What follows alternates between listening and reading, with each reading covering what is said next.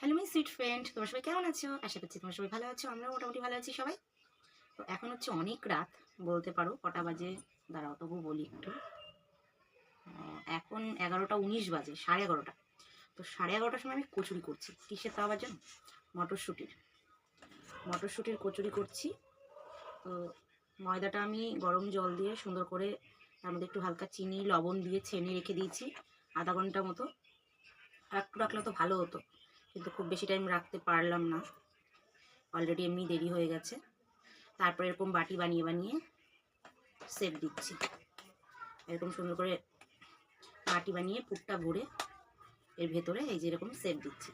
তো সবকটা আমি করে নিই, শেপ দিয়ে নিই, তারপরে আমি অবশ্যই তোমাদেরকে দেখাবো, ঠিক আছে?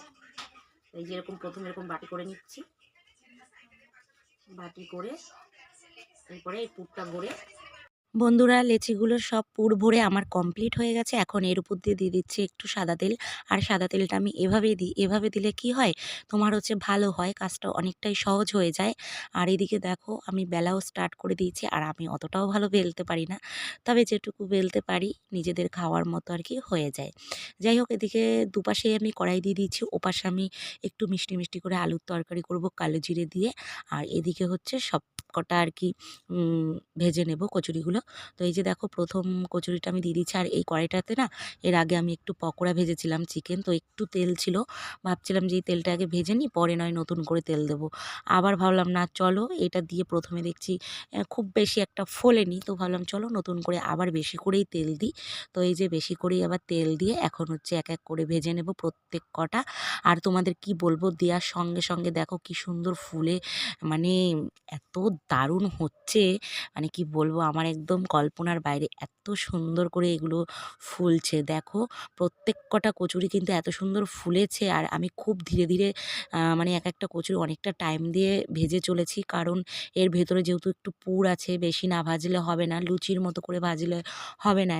এটা একটু বেশিই ভাজতে হবে, যেহেতু ভেতরে মটরশুঁটির পুর আছে। আর দেখো জাস্ট ওফ, দারুণ। আচ্ছা, কেমন লাগছে তোমরা কিন্তু অবশ্যই কমেন্টে জানিও তো, যে এগুলো কেমন লাগছে দেখতে। এরকম যদি ফোলে তাহলে কিন্তু ভীষণ ভালো লাগে দেখতে, তাই না বলো? আর আমি যে বানাচ্ছি না, আমার মনটাও সত্যি কথা খুবই ভালো লাগছে। একটা জিনিস বানাতে গেলে যদি তুমি সেটাতে সাকসেস হও, তাহলে দেখবে নিজের মন থেকে খুব ভালো লাগে।